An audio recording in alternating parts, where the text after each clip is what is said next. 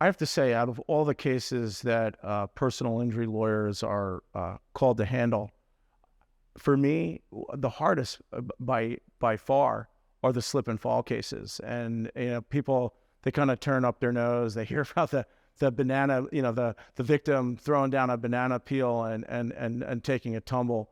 But the reality is that's not. It's just not true. These stores, they have surveillance systems all over the place. There's no way that an injured victim could ever get away with something like that.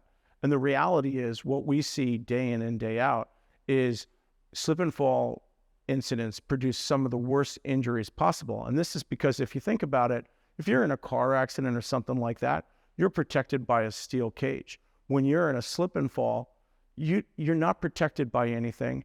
You typically don't see it. You don't.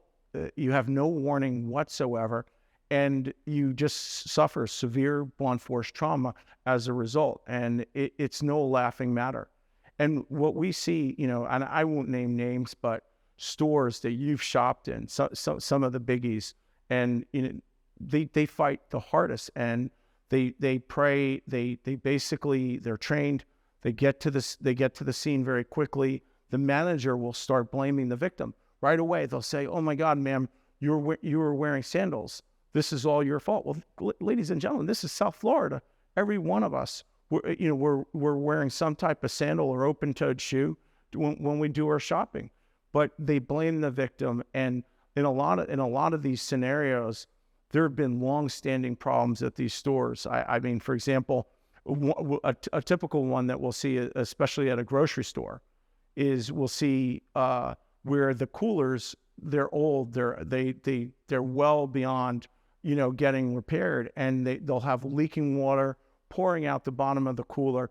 And when we do our investigation, we'll literally see there's sand on the floor, there's some type of absorbent, but you know what? There's no warning sign. There's nothing to tell the customers that they're really in danger, and it's really bad. And then the other thing, where there's a doctrine of law in Florida called open and obvious. And what they do is they blame the victim for not looking down while she's walking.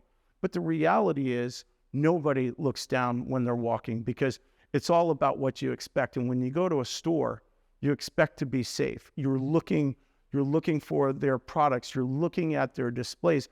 Their whole system is designed to keep your eyes up, looking at the merchandise, not down at the floor. But it's these kinds of tricks that they deploy to get out of paying. And then the worst of it all is, and this surprises really every slip and fall client, they come in and I tell them it's our burden as the injured victim, per Florida statute, to prove that the condition, like let's say it's water or some substance on the floor, that it was there for a long period of time, and that the store had knowledge, or should have had knowledge if they were doing their diligence, of the dangerous condition on the premises, but yet failed to clean it up or do something about it. And I can't tell you right now, these cases, the judges are very conservative. These cases are getting dismissed left and right because the injured victim has no way to prove how long that substance was on the floor.